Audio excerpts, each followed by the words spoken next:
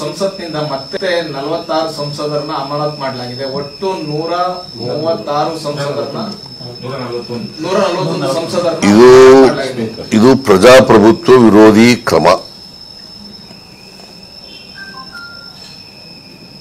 ಸಂಸತ್ತಿನ ಇತಿಹಾಸದಲ್ಲಿ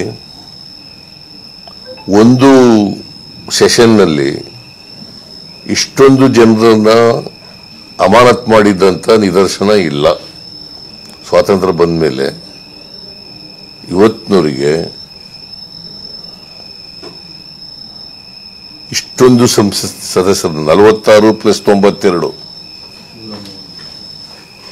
ಇವತ್ತು 46 ಜನ ಮಾಡಿದ್ರ ಪ್ಲಸ್ 92 ಎಷ್ಟು ಜನ ಆದ್ರು?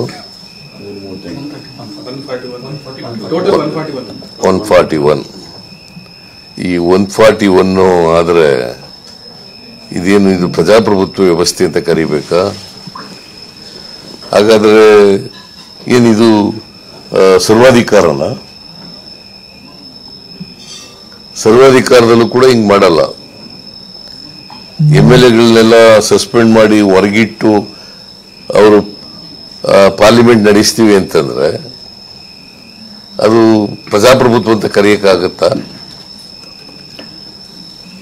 ಪ್ರಜಾಪ್ರಭುತ್ವದಲ್ಲಿ ಚರ್ಚೆನೇ ಬಹಳ ಮುಖ್ಯ. ಚರ್ಚೆ ಮೂಲಕ ಪರಿಹಾರಗಳನ್ನು ಕಂಡುಹಿಡ್ಕೋಬೇಕು. ಚರ್ಚೆ ಮೂಲಕ ದೇಶದ ಅಭಿವೃದ್ಧಿಯನ್ನು ಮಾಡಬೇಕು.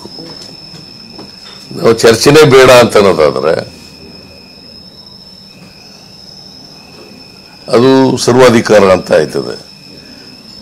ಮತ್ತೆ ಯಾವಾಗಲೂ ಕೂಡ ಒಳ್ಳೆ ಸರ್ಕಾರ ಅಂತಂದ್ರೆ ಸ್ಟ್ರಾಂಗ್ ಅಪೋಸಿಷನ್ ಇದ್ದಾಗ ಮಾತ್ರ ಒಳ್ಳೆ ಸರ್ಕಾರ ಆಗಕ್ಕೆ ಸಾಧ್ಯ. ಸ್ಟ್ರಾಂಗ್ ಅಪೋಸಿಷನ್ ಇದ್ದಾಗ ಮಾತ್ರ. ನಾನು ಇದನ್ನ ಅಸೆಂಬ್ಲಿನಲ್ಲೂ ಕೂಡ ಹೇಳಿದ್ದೀನಿ ಮೊನ್ನೆ. ಐ ವಾಂಟ್ ಸ್ಟ್ರಾಂಗ್ ಅಪೋಸಿಷನ್ ಅಂತ. We want strong opposition.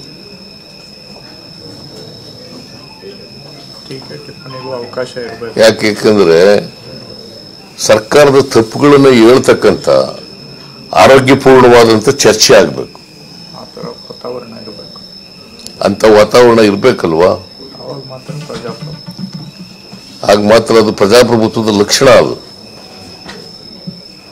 ಇವರು MP-ಗಳನ್ನೆಲ್ಲ ಸಸ್ಪೆಂಡ್ ಮಾಡಿಬಿಟ್ಟು ರಾಜ್ಯಸಭೆಯಲ್ಲಿ ಲೋಕಸಭೆಯಲ್ಲಿ ಅವ್ರ ಪಾರ್ಟಿಯವ್ರು ಮಾತ್ರ ಇಟ್ಕೊಂಡು ಮಾಡಿದ್ರೆ ಅದು ಪ್ರಜಾಪ್ರಭುತ್ವ ಅಂತ ಕರೀಲಿಕ್ಕೆ ಸಾಧ್ಯ ಆಗಲ್ಲ. ಇದನ್ನ ಸರ್ವಾಧಿಕಾರ ಅಂತ ಕರಿಬೇಕಾಗತ್ತೆ. ಅದರಿಂದ ಈ ಸರ್ಕಾರದ ಕ್ರಮ ಇದೆಯಲ್ಲ, ಇದನ್ನ ತೀವ್ರವಾಗಿ ಖಂಡಿಸ್ತೇನೆ ನಾನು.